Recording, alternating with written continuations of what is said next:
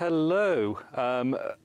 It's great. This is the last talk for the EMEA region, and I get to do it with our chair from last conference in terms of Tom. So, hello, everyone. Hello, Tom. I've got the shirt on just for you. I've even got MMU up here. I know, I noticed. So I'm going to pass it straight over to you to do your talk, and I look forward to hearing all about your research in terms of the political aspects of esports. So the floor is yours. Thank you very much. Thank you, Cameron. I hope you can hear me okay, everybody. If you can't, I'm sure someone will tell me in a minute. So good afternoon, everyone, and thank you for coming to listen to my talk today, which concerns the evolution of competitive video gaming from a niche hobbyist practice to what is now institutionalised as esports, where popular accounts have often framed this shift through the language of sportification, gaming's assimilation into the forms and values of traditional sport, such as leagues, teams, training and spectatorship. I want to suggest that something much more fundamental is taking place, that a transformation that is happening not only in organisational structures, but in the very temporality of competitive play. So as parts of competitive gaming have become an e-sport, they've entered into new temporal and institutional regimes, particularly as informal rhythms of leisure are replaced by the industrial tempo of global tournaments, perpetual training blocks, and relentless patch cycles. And I do not see these simply as scheduling devices, but rather mechanisms that reshape how skill, legitimacy, and even endurance is defined and redefined. So today I want to describe the chronopolitics of esports, a politics of time through which institutions, technologies, and players are synchronized to regimes of acceleration and optimization. And what I will do is suggest that this chronopolitics produces new forms of habitus, ways of dwelling in time, disciplined by the logics of performative metrics, streaming visibility, and corporate calendars. Yet these same temporal infrastructures also reveal profound asymmetries of power between publishers and players, between those who can inhabit the professional tempo and those who are excluded from it. Thus, the key question of today's presentation is not simply when did gaming become a sport, but what becomes of play under the temporal discipline of sports, of esports, and further what alternative chronologies of skill, practice and pleasure might exist beyond the dominant esports frame. So to kind of get started then, really, before we can kind of understand the transformation of competitive gaming into esports, we need to pause on a deceptively simple question. What is a competitive video game? Well, this is a term that's been widely used and widely used inconsistently insofar as it's often used interchangeably with esports itself. Broadly speaking, competitive games refer to any form of structured rule-based play in which individuals or teams compete within a digital game environment. And this can obviously incorporate a vast range of practices, from informal community-based organised tournaments to ranked matchmaking systems to highly professionalised leagues managed by publishers and third-party organisers. But the category becomes even more complex when we consider the role of game design. Different genres, from first-person shooters to sports simulations to fighting games, all encode competition in distinct ways. Moreover, the boundaries between physical and digital play are increasingly porous. Hybrid games such as Hado or Zwift collapse this division, integrating bodily movement and networked interaction in ways that challenge traditional definitions of both gaming and sport. So crucially, the emergence of esports was neither inherent nor inevitable within competitive gaming. Early competitive scenes were driven as much by technological experimentation and community organisation as they were by commercial incentives. For much of gaming's history, indeed, competitive success was measured through prestige, mastery and recognition, not monetary reward. And it is this alignment of competitive gaming with professionalised, monetised sport that reflects in part its institutional consolidation, shaped by publishers' desire to control play and extract economic value from competition. So when we ask what is a competitive video game, we are really asking which forms of play are permitted to become legitimate competition and under whose authority. And I think this question opens up the way to understand how esports emerged not simply as cultural evolution, but as a selective reorganisation of gaming's competitive possibilities, a historical process that has privileged certain genres, practices, and temporalities over others. So this brings us to the concept of sportification, the broader historical process through which informal, expressive, and community-based forms of play have become codified, institutionalised, and increasingly commercialised. This concept was originally coined to capture the idea that sports like football and cricket have shifted from spontaneous, participatory activities to forms of competition that are inherently rule-bound, bureaucratically managed, and economically productive. Early theorists such as Gutman critiqued this dynamic within modern sport, tracing how processes of rationalisation, bureaucratisation and quantification have transformed sports like American football and baseball into industrialised competitions. Of course, this pattern isn't just confined to Western contexts. Wang Zun He, for example's analysis of sumo wrestling, and Downey's study of capoeira also show how cultural practices once rooted in ritual, performance, and perhaps even political resistance have become institutionalised under modern regimes of sport. Within digital play, similar logics are now visible. Scholars have examined how sportification unfolds in competitive gaming. Taylor, for example, describes the rise of esports as a movement from leisure to serious play, highlighting how early tournaments introduced formal governance, training structures, and mediated visibility. Others, writing more recently, have situated sports within national Olympic discourses of legitimacy, a long-term strategic alignment that seeks validation by borrowing the cultural and economic capital of traditional sport. So across these cases, we see a pattern of institutional convergence.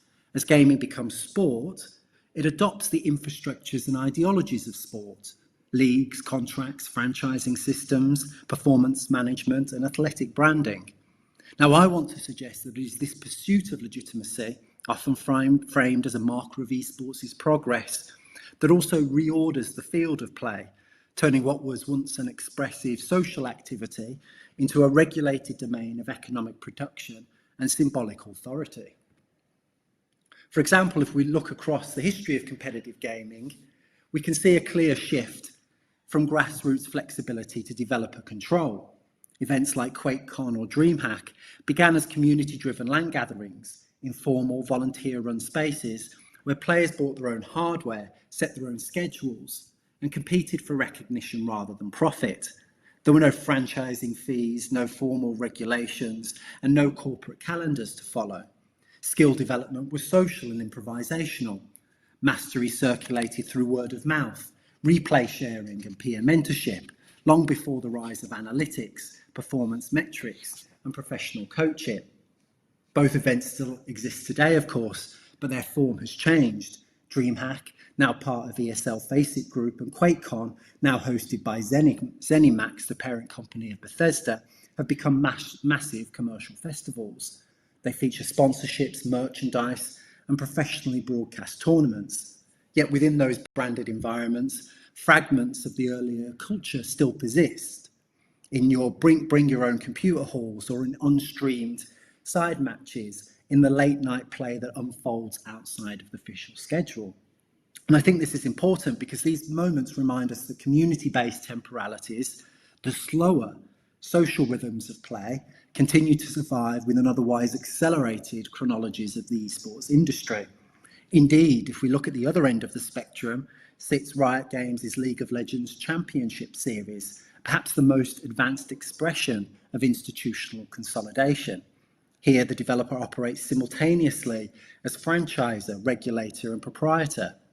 As Ibrahim and Lewis note, Riot wields an authority far greater than any traditional sports commission. It owns the intellectual property, defines eligibility, controls tournament formats, and sells access through costly franchise slots. Teams and players must adhere to detailed rulebooks, codes of conduct, and tightly structured seasonal calendars that determine not only when they compete, but how they train, stream, and rest. So what this comparison reveals is not simply two organisational models, but two temporal orders of play. where early land scenes like QuakeCon and DreamHack embodied collective experimentation and temporal flexibility, the franchised ecosystems of today impose top-down discipline, a regime in time, labour and legitimacy that is standardised in the service of visibility and profit. Of course, others have highlighted how such leagues, as a result of such temporality, league players often face intense demands, not only in terms of performance, but also their adherence to strict behavioural codes, streaming obligations, and exhausting training regimes. So in short here, what I'm saying is that the evolution from grassroots gatherings to developer-owned leagues marks the emergence of a chronopolitics of digital sport, one that governs not only who gets to play, but how play itself unfolds in time. What exactly do I mean by the chronopolitics of esports? Well, what I'm trying to do is argue that the sportification of gaming is not just a matter of who controls competition, but how control is exercised through time. Borrowing from Esposito and Becker, I'm reminded that time isn't neutral or natural, but something that is actively organised, managed and valued within institutions. Indeed, social and institutional arrangements often use time to govern, producing specific kinds of subjects, practices and inequalities in the process. In the case of esports, this becomes evident through the temporal regimes embedded within systems of governance, the training schedules and scrim blocks that structure players' daily lives, the match calendars and broadcast slots that synchronise global audiences, and the patch cycles that continuously reset the terms of mastery. We can also see it in algorithmic matchmaking, analytic dashboards, and even the release of new content like characters and skins, synchronising competitive play with commercial rhythms. So together, I'm arguing that these mechanisms produce a form of temporal discipline that contrasts sharply with more flexible communal temporality of competitive gaming cultures, where earlier scenes were characterised by experimentation, spontaneity and social rhythm.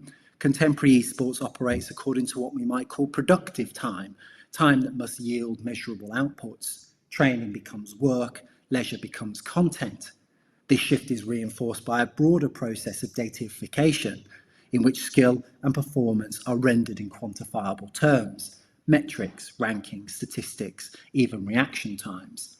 Indeed, even the emerging field of esports science reproduces this rationality, focusing on performance variables, physiological efficacy, and cognitive maximisation.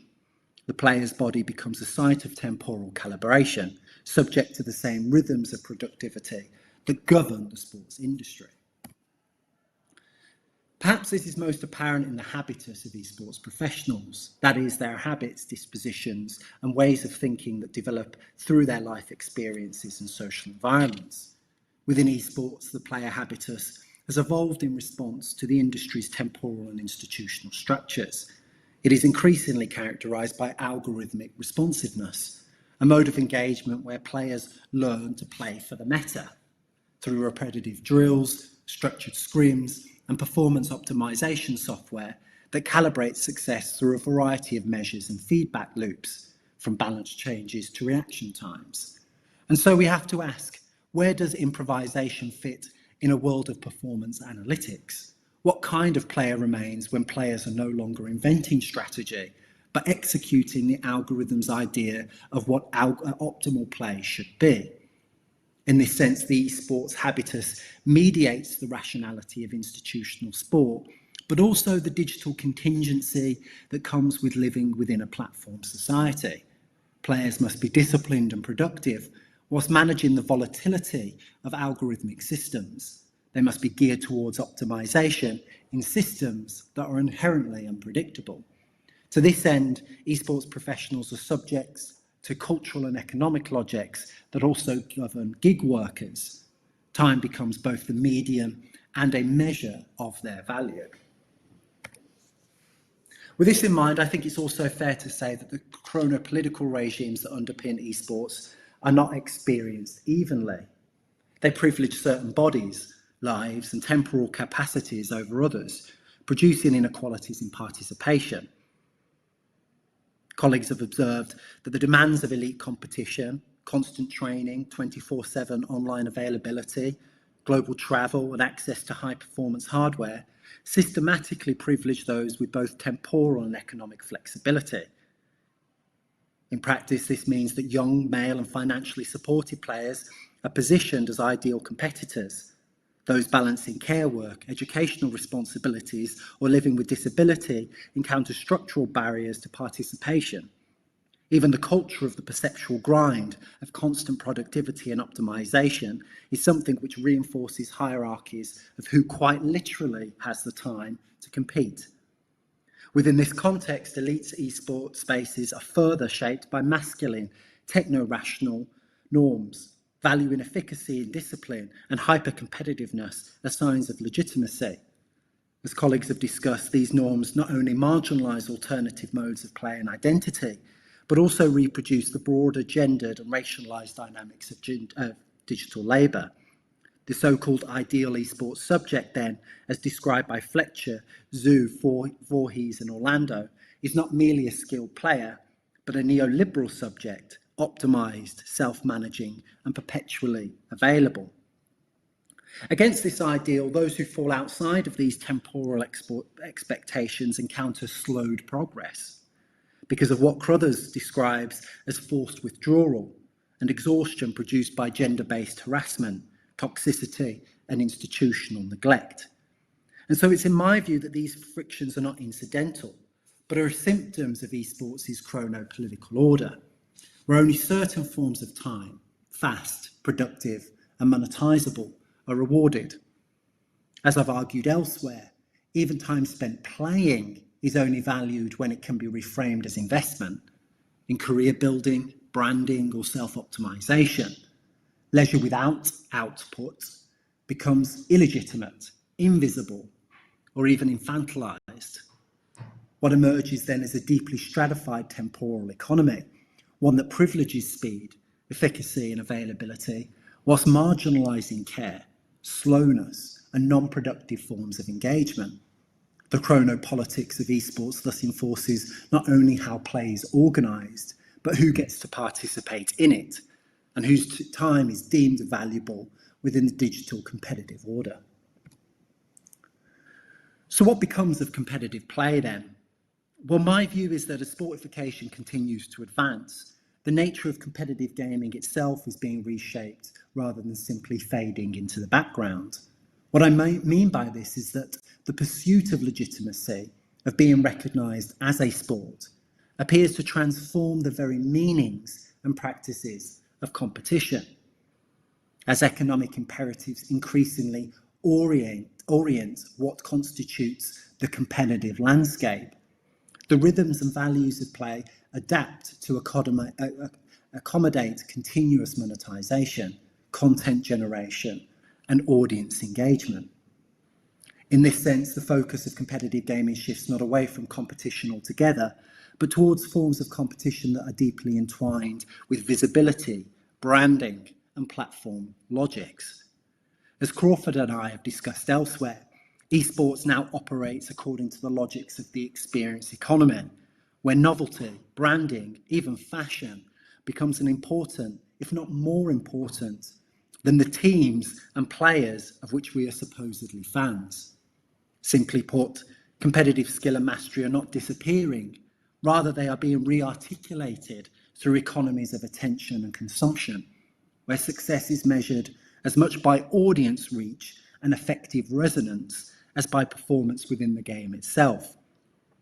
And so in this framework, the player becomes simultaneously producer and consumer, generating and circulating ever new digital experiences, streaming content and personal brands, rather than deeply situated expertise or collective practice.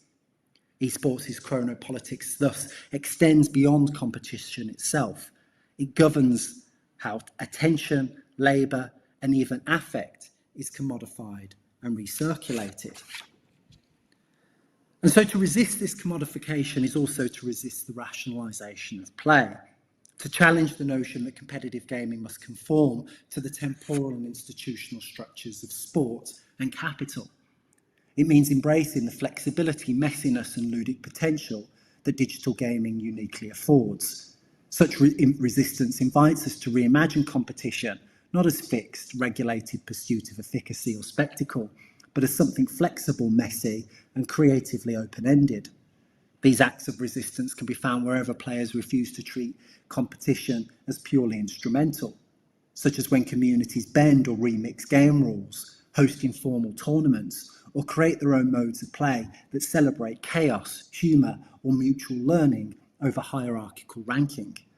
Whether this still constitutes esports is not for me to decide, but in the process I would argue that we might recover some of the ludic potential that digital gaming affords, forms of play that value experimentation, unpredictability and community as much as victory.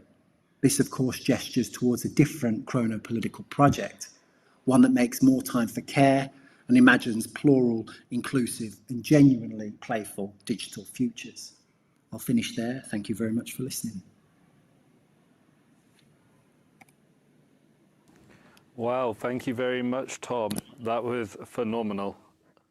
I don't even know where to begin with it. There's so many questions I need to go through in relation to it. I'm not going to be able to go through all of them, so I'm going to go with Tobias, myself, and Amanda's because those were the first three that went through.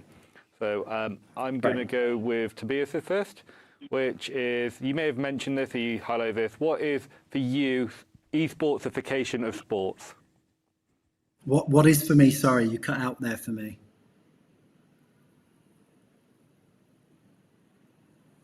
I missed that. Oh. Sorry, Tom, what did you say? I missed what you said, sorry.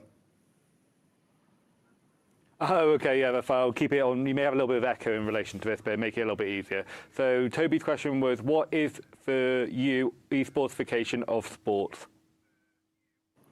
What for me is the sportification of sports. I think I lean quite heavily there on Gutman and others, that the sportification of sports is about ultimately it's the bureaucratization of sport. And I think, for them, they're drawing heavily actually from a Weberian inspired, framework. So, the idea of kind of the disenchantment of society and the kind of the broader rationalization of kind of playful projects. So that's kind of, for me, it's the introduction of kind of monetizable, commodified play that brings with it, all kinds of kind of temporal and disciplinary regimes. I'm not sure if that answers your question. Thank you very much for your answer. My question is very much... one of the things I looked at within this was the fact of the ingrained populace, right? So the idea that coaching, we use continuous practice. Sorry, my mic may be a little bit messy in this one. Continuous practice as seen as the most effective way to get players to a particular point. How do you think we can do a change or switch from that without impacting the whole populace and causing a detrimental effect to performance?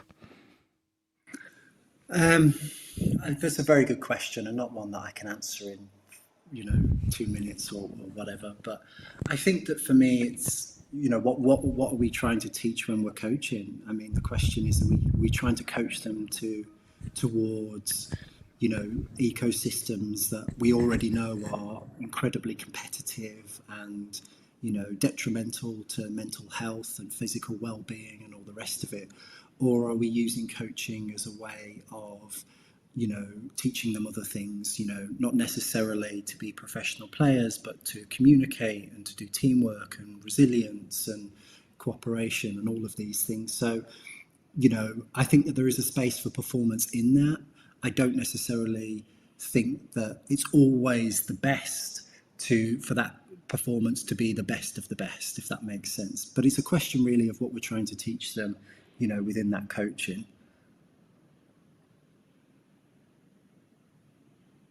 I'm sure that's not Thank you very much, Tom. There are so many questions in here. Yeah, if people are obviously, so I'm going to leave with the last one, me. Which is over. Okay.